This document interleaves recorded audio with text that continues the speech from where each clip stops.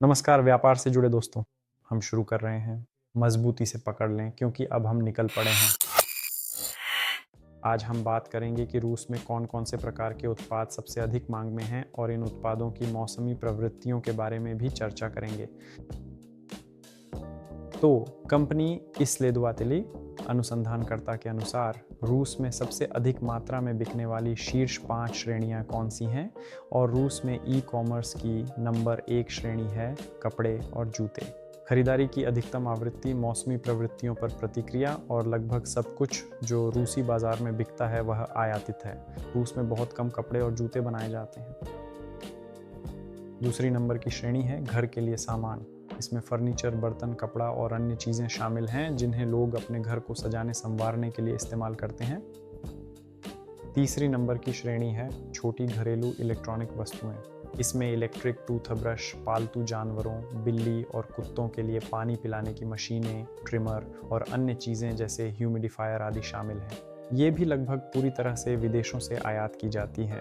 रूस में ऐसे सामान का उत्पादन नहीं होता। बिक्री के हिसाब से चौथी सबसे बड़ी श्रेणी है बच्चों के लिए सामान, खिलौने, बच्चों के कपड़े, स्कूल के लिए सामान और घर के लिए बच्चों के उत्पाद। ये भी बहुत अच्छी तरह बिकता है, लेकिन यहाँ ध्यान देने वाली बात यह है कि रूसी संघ में बच्चों के सामान पर बहुत कड़ा नियमन है। अधिकांश उत्पादों के लिए अगर आप विदेशी विक्रेता हैं और क्रॉस बॉर्डर प्लेटफॉर्म के जरिए व्यापार करते हैं तो आपको लाइसेंसिंग और सर्टिफिकेशन की आवश्यकता नहीं होती। लेकिन अगर आप रूस से व्यापार करते हैं तो आपको लगभग हर बच्चों के उत्पाद के लिए सर्टिफिकेशन और लाइसेंसिंग की ज़रूरत होती है, जो वर्तमान में रूसी संघ में काफ़ी महंगा है। मान लीजिए पहले लेयर के कपड़ों का सर्टिफिकेट जो शरीर के सबसे करीब होते हैं उसकी कीमत लगभग 1 लाख रूबल है, जो लगभग 1200 अमेरिकी डॉलर के बराबर है। और बिक्री के हिसाब से 5वीं सबसे बड़ी श्रेणी है सौंदर्य और स्वास्थ्य। इसमें विभिन्न प्रकार के मसाजर, तरह तरह की कॉस्मेटिक और अन्य चीज़ें शामिल हैं जिनका उद्देश्य हमें और अधिक स्वस्थ और सुंदर बनाना है। मुख्य रूप से खरीदार निश्चित रूप से महिलाएं होती हैं जिनकी आयु श्रेणी 20 से 45 वर्ष के बीच है। इन्हीं पर ध्यान केंद्रित करना चाहिए। और अब बात करते हैं हमारे देश में मौसमी बदलावों की। रूस में मौसम का प्रभाव बहुत स्पष्ट है। सर्दियों में -40 डिग्री, गर्मियों में +30 डिग्री। इसलिए तापमान और मौसम का विभिन्न प्रकार के उत्पादों पर बहुत गहरा प्रभाव पड़ता है। सर्दियों में हमारे लिए बिक्री का सबसे अच्छा महीना दिसंबर होता है। साथ ही हाल के वर्षों में नवंबर भी लोकप्रिय होने लगा है, खासकर 11 नवंबर ब्लैक फ्राइडे, जिसे सेल डे भी कहा जाता है। नवंबर और दिसंबर में पूरे साल की सबसे ज़्यादा बिक्री होती है क्योंकि रूस में एक त्यौहार है नया साल, जिसके पहले सभी लोग एक दूसरे को उपहार देते हैं। ये एक सामूहिक त्यौहार है। हम इस त्यौहार पर लगभग 2 हफ्ते तक छुट्टियां मनाते हैं और इस दौरान लोग एक दूसरे के घर जाते हैं और उपहार देते हैं। इसलिए वे चीज़ें या उत्पाद जिन्हें नए साल के उपहार के रूप में दिया जा सकता है, इस समय बहुत अच्छी तरह बिकते हैं। और अन्य श्रेणियां और अन्य नीचें भी इस समय बहुत सक्रिय रूप से बिकती हैं। फिर वसंत आता है। वसंत में हमारे यहाँ बागवानी के सामान बिकते हैं।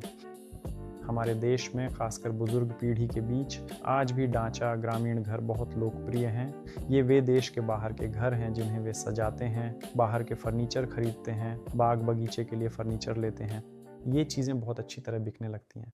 इसी तरह वे सभी चीज़ें और उत्पाद जो पौधों की नर्सरी के लिए होते हैं, पौधों के लिए रैक, बीज और ऐसी अन्य चीज़ें। मार्च में हमारे यहाँ 8 मार्च अंतर्राष्ट्रीय महिला दिवस भी बहुत धूमधाम से मनाया जाता है।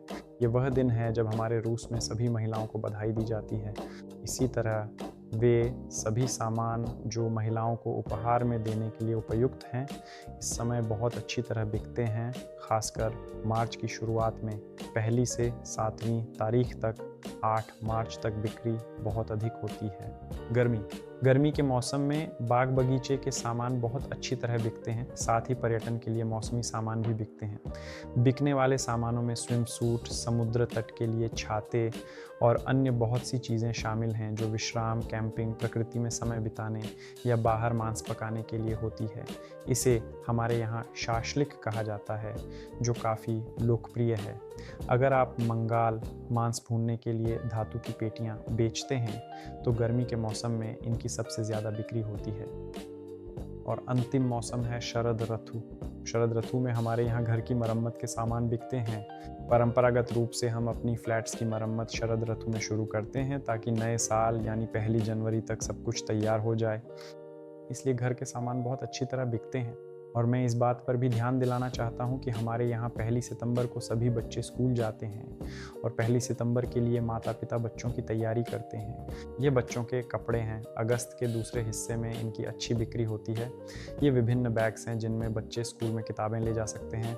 ये अलग अलग शेल्फ्स हैं। ये अलग अलग रैक हैं जिन पर छात्र अपनी पढ़ाई की जगह को व्यवस्थित कर सकते हैं और अन्य चीज़ें जो पढ़ाई से जुड़ी हैं, पेन स्टैंड, कॉपियाँ और ऐसी ही अन्य चीज़ें। आइए अब उन देशों के बारे में भी चर्चा करें जो सामान की आपूर्ति करते हैं। कौन सा देश कौन सा सामान इस समय प्राथमिकता के साथ सप्लाई करता है, किन देशों को किन वस्तुओं में लाभ है। कपड़ों के आयात में चीन नंबर 1 है। हमारे यहाँ चीन से आने वाले कपड़े को किसी कारणवश निम्न और मध्यम मूल्य वर्ग का माना जाता है। दूसरे नंबर पर है इलेक्ट्रॉनिक्स। यहाँ चीन निर्विवाद रूप से अग्रणी है। यहाँ कोई भी चीन से प्रतिस्पर्धा नहीं कर सकता। ऐसी चीज़ें जैसे कि जानवरों के लिए पानी पिलाने की बोतलें, वैसे हम इस समय जानवरों के लिए पानी पिलाने की बोतलों के सप्लायर सक्रिय रूप से ढूंढ रहे हैं। अगर आपके पास ऐसे सामान बनाने का कारखाना है तो हमें निजी संदेश में लिखें। हम इस तरह के सामान को बढ़ावा देना चाहते हैं। ऐसे सामान जैसे कि टूथब्रश, वैसे हम इलेक्ट्रिक टूथब्रश के लिए भी सप्लायर ढूंढ रहे हैं। अगर आपके पास अच्छा उच्च गुणवत्ता वाला सामान है जैसे कि इलेक्ट्रिक टूथब्रश, तो हम आपको भी ढूंढ रहे हैं। कृपया हमें लिखें। आइए मिलकर काम करें। और अन्य सभी इलेक्ट्रॉनिक सामान, ये सब हमारे पास चीन से ही आते हैं। और तीसरा, घर के लिए सामान जैसे डेकोर, फर्नीचर और अन्य कपड़े रखने की टोकरी और इस तरह के सामान, ये सब चीन से ही आता है। यहाँ हमारे पास निस्संदेह चीन सबसे आगे है। दूसरे नंबर का देश है तुर्की। तुर्की से रूस में ऐसे कपड़े आते हैं जिन्हें उच्च गुणवत्ता वाला माना जाता है। तुर्की से उच्च गुणवत्ता वाला वस्त्र, विभिन्न कालीन, घर के लिए वस्त्र और साधारण कपड़े भी आते हैं। जो भी कपड़े से जुड़ा है, जो भी कपड़ों से जुड़ा है और तुर्की से आता है, उसे हमारे यहाँ पहले से ही उच्च गुणवत्ता वाला माना जाता है और इसकी कीमत आम तौर पर चीनी सामान से अधिक होती है। लेकिन इसके भी अपने खरीदार और ग्राहक हैं। वियतनाम तीसरे नंबर का देश है। वियतनाम से कॉफ़ी बीन्स और उन सभी उत्पादों की आपूर्ति होती है जो ऐसे उत्पादों से जुड़े हैं जैसे नारियल की कतरन, नारियल पानी और इसी तरह के अन्य पेय पदार्थ। इसके अलावा आम, विशेष रूप से सूखे आम का मुख्य हिस्सा भी वियतनाम से ही आता है। यानी वियतनाम कृषि उत्पादों की श्रेणियों में अपनी मजबूत पकड़ रखता है। चौथा देश है भारत।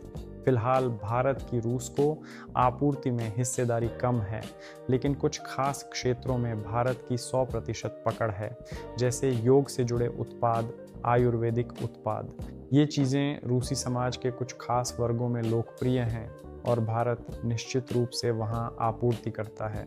साथ ही भारत से कम कीमत वाले कपड़ों का सामान भी आना शुरू हो गया है और मैं देख रहा हूँ कि भारत रूस में अपनी बिक्री का प्रतिशत बढ़ाना शुरू कर रहा है। मुझे लगता है कि आगे भी ऐसा ही चलता रहेगा। तो जब आप रूसी बाज़ार में प्रवेश करते हैं तो ये समझना ज़रूरी है कि किन क्षेत्रों में सबसे अधिक मांग है, किस मौसम में और किस प्रकार का सामान सबसे अच्छा बिकता है।